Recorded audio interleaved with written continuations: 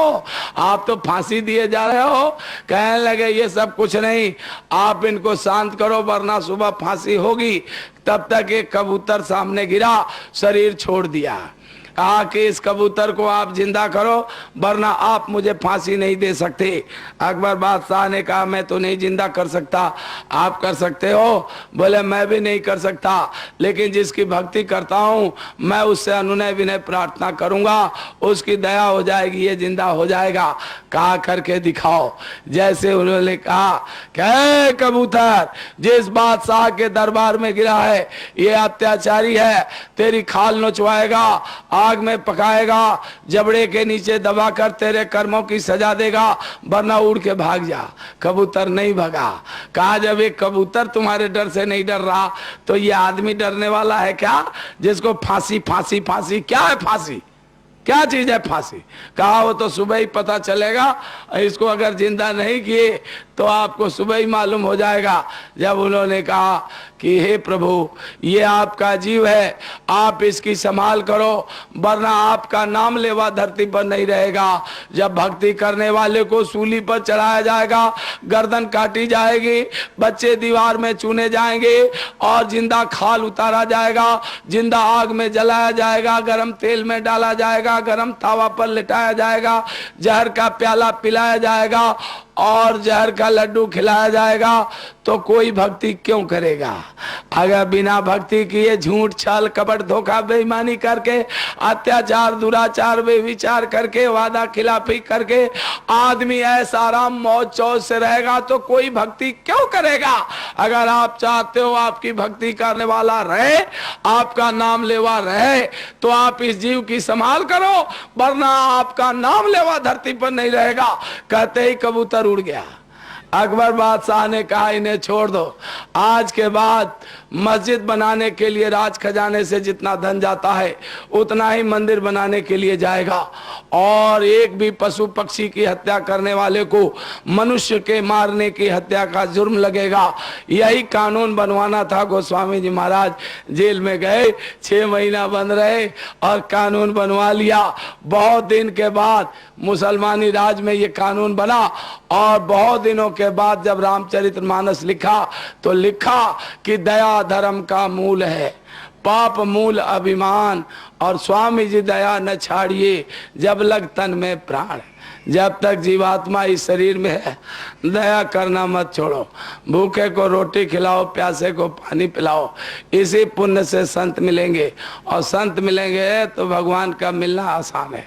ये जो तस्वीर आपके सामने रखी है ये बाबा जय गुरुदेव, बाबा जी 104 साल पूरा करके 105वें साल में चल दिए। बाबा जी मथुरा में पहली तारीख को 5:30 बजे से लोगों को दर्शन दिया, और दर्शन दे के 8 बजे सीधा निकल के जयपुर, जयपुर से ब्यावर, और ब्यावर से चल के अहमदाबाद, वहाँ से बड़ौदा सूरत होते हुए बॉम्बे, और बॉम्बे से कुछ दिन रहकर और वहाँ से फिर अहमदाबाद, और अहमदाबाद से गेगल, और वहाँ से फिर मथुरा। अब 6 दिन से मथुरा में हैं। मौसम बहुत ठंडा है, थोड़ा सा मौसम खुले तो फिर निकलेंगे, बैठेंगे नहीं। वो आपको नहीं मालूम कि वो वहाँ भी हैं तो दिन में 3-3 बार बाहर और रात भर बाहर क्या कर रहे हैं वहाँ घूम घूम के, तुम्हें नहीं पता। इसलिए मैं इशारे में बता रहा हूँ कि बाबा जी बैठेंगे नहीं, वो थोड़ा सा मौसम खुलने की बात है, उसके बाद देखिए। तो बाबा जी 105वें साल में चल रहे। जिस समय इनकी उम्र 1 साल की थी, ध्यान से सुनना, जिस समय इनकी उम्र 1 साल की थी पिताजी शरीर छोड़ के चले गए। जब 4 साल की उम्र हुई तो माताजी भी जाने लगी।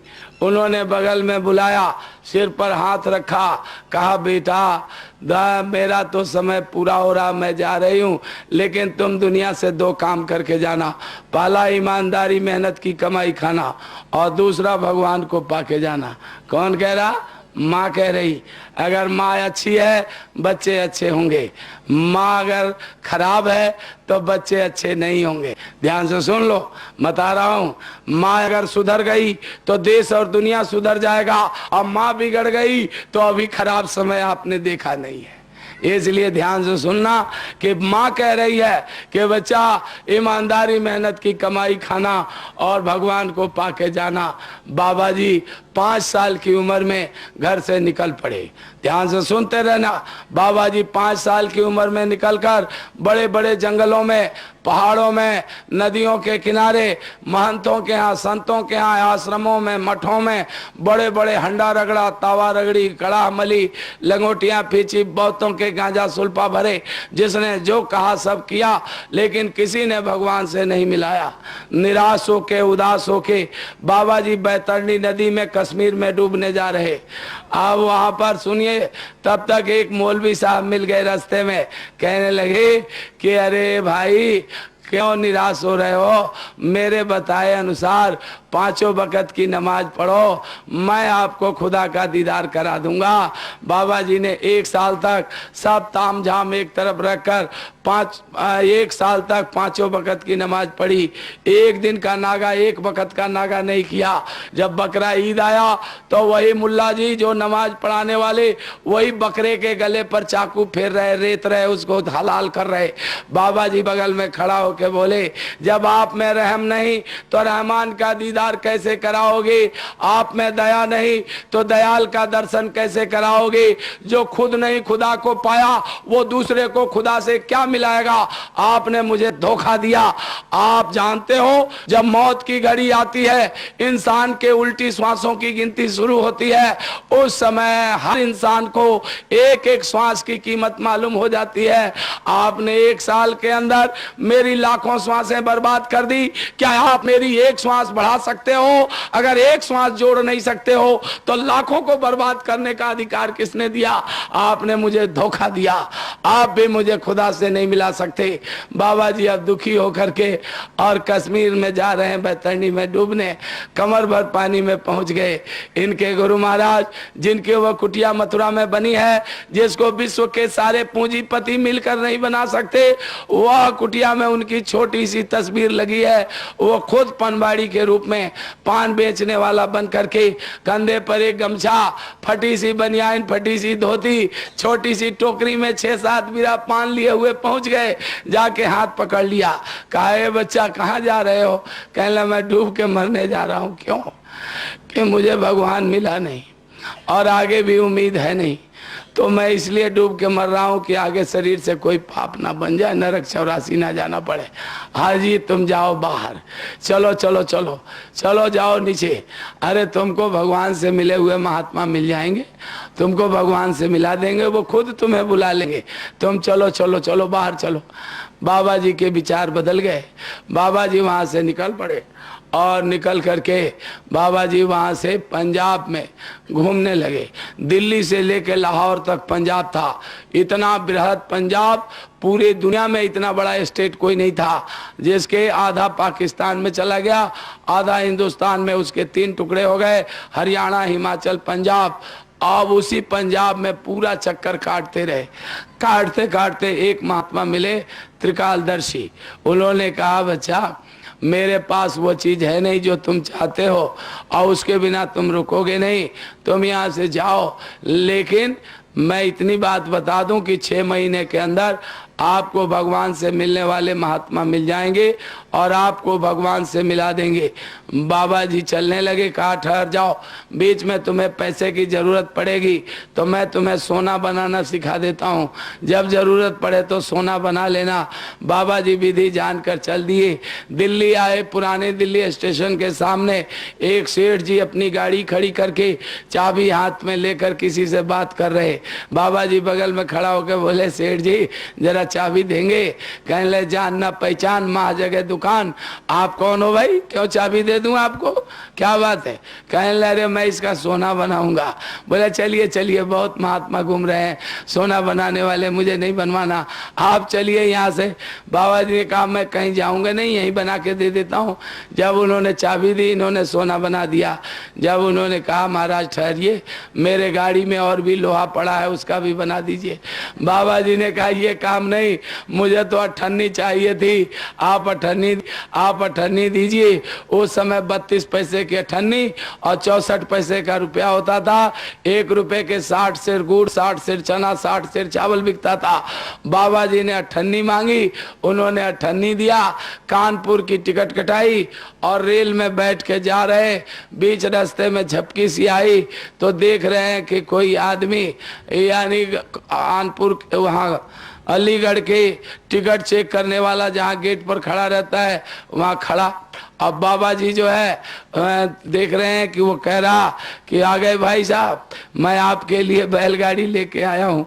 गुरु महाराज ने बैलगाड़ी भेजी है और गुरु महाराज अंतर्जामी जान रहे कि अब आ रहे इधर, तो अपने बड़े लड़के को भेज दिया, पंडित जी सुदर्शन जी, जो 6 साल पहले शरीर छोड़ के चले गए, कि बच्चा जाओ और ऐसी शकल वाले आए तो आते ही कहना आ गए भाई साहब, मैं आपके लिए बैलगाड़ी लेके आया हूँ, गुरु महाराज ने भेजा है। अब जैसे इनकी आंख खुली तब पूछा कौन सी जगह है, लोगों ने कहा अलीगढ़। उतर करके जब गए फाटक पर तो पंडित जी पहले से खड़े थे, कहने ले आ गए भाई साहब, मैं आपके लिए बैलगाड़ी लेके आया हूँ, चलिए चलिए। तो उन्होंने कहा ठहर जाओ, मैं तो देखने आया कि सपना सच्चा भी होता है झूठा भी, अगर झूठा निकल गया तो टिकट बेकार जाएगा, इसलिए आप ठहरो, अब मैं सामान लेके आता हूँ। अपना चद्दर कंबल धोती लेकर आए, बैलगाड़ी में बैठ के चल दिए। इगलास तहसील में चिरौली गांव, जहाँ गृहस्थ आश्रम में इनके गुरु महाराज रहते थे, वहाँ जैसे बैलगाड़ी से आए तो गांव के बाहर उन्हीं कपड़ों में जिसे पहने कश्मीर में मिले थे, वही कपड़ा पहने गांव के बाहर गाय चरा रहे। देखते ही बैलगाड़ी से पहचान कर कूद गए, दौड़ करके पैरों पर जाके गिरकर अब फूट फूट के रोने लगे। उन्होंने कहा बच्चा रोते क्यों, मैंने तुमको बुला तो लिया? कहा कि इसलिए नहीं रो रहा हूँ कि आपने बुला लिया, मैं तो इसलिए रो रहा हूँ कि अगर उस दिन आपने संभाल नहीं किया होता और मैं डूब के मर जाता, नरक 84 में जाता। लेकिन आपने उस दिन ये नहीं कहा कि मैं वो महात्मा हूँ जिसने भगवान को पा लिया और मैं आपको भगवान से मिला दूंगा, अब मैं संत सतगुरु हूँ। अगर आप बताते भी तो मेरा ओठ दूध से जला हुआ था, मैं छाछ फूंक फूंक के पी रहा था, मेरा आप पर विश्वास नहीं होता। लेकिन आपने आज जो बातें अपने बच्चे से कहा वही मुझे सपने में दिखाया सुनाया और आपने मुझे अपने पास बुला लिया, क्योंकि आपने कहा था कि मैं बुला लूंगा, तो आपने बुला लिया। अब उन्होंने कहा घर चलो, घर जाके रास्ता बताया। 8 साल तक गुरु महाराज के साथ रहकर भजन करके भगवान को पा लिया और जब 6 महीना जाने को रह गया, गुरु महाराज ने कहा बच्चा इधर आओ, मेरी ये दौलत सबको बांट देना। आज भी बाबा जी उस दौलत को बांट रहे हैं। बाबा जी ने भगवान को पाया, करोड़ों को भगवान से मिलाया। आप में से भी अगर किसी की इच्छा है तो आप लोग आओ, बाबा जी आपको रास्ता बता देंगे, भगवान आपको मिल जाएगा। लेकिन मैंने तो मिसाल इसलिए दिया है, इसलिए ये नजीर दी है कि अगर बाबा जी भी बकरे को हलाल होते देखते रहते, बोलते नहीं, वहां से हटते नहीं, तो इनको भी भगवान नहीं मिलता, दयाल के दर्शन नहीं होते। अगर इनको नहीं मिलता तो आपको रास्ता बताने वाला आज धरती पर कौन होता। इसलिए नर नारियों, आप दया करो दयाल मिलेंगे, रहम करो रहमान मिलेंगे, नहीं मिलेंगे ये हो नहीं सकता। लेकिन सतगुरु मिल गए तो आप उनके हाथ को मजबूती से कैसे पकड़ोगे और पकड़ने के लिए पहचानोगे कैसे? तो मैं आज आपके बीच में बता रहा हूं, आप सब लोग बड़े ध्यान से सुनो। गुरु महाराज कहते हैं जब काशी में कबीर साहब पहुंचे तो उनकी बड़ी शोहरत हुई। उन्होंने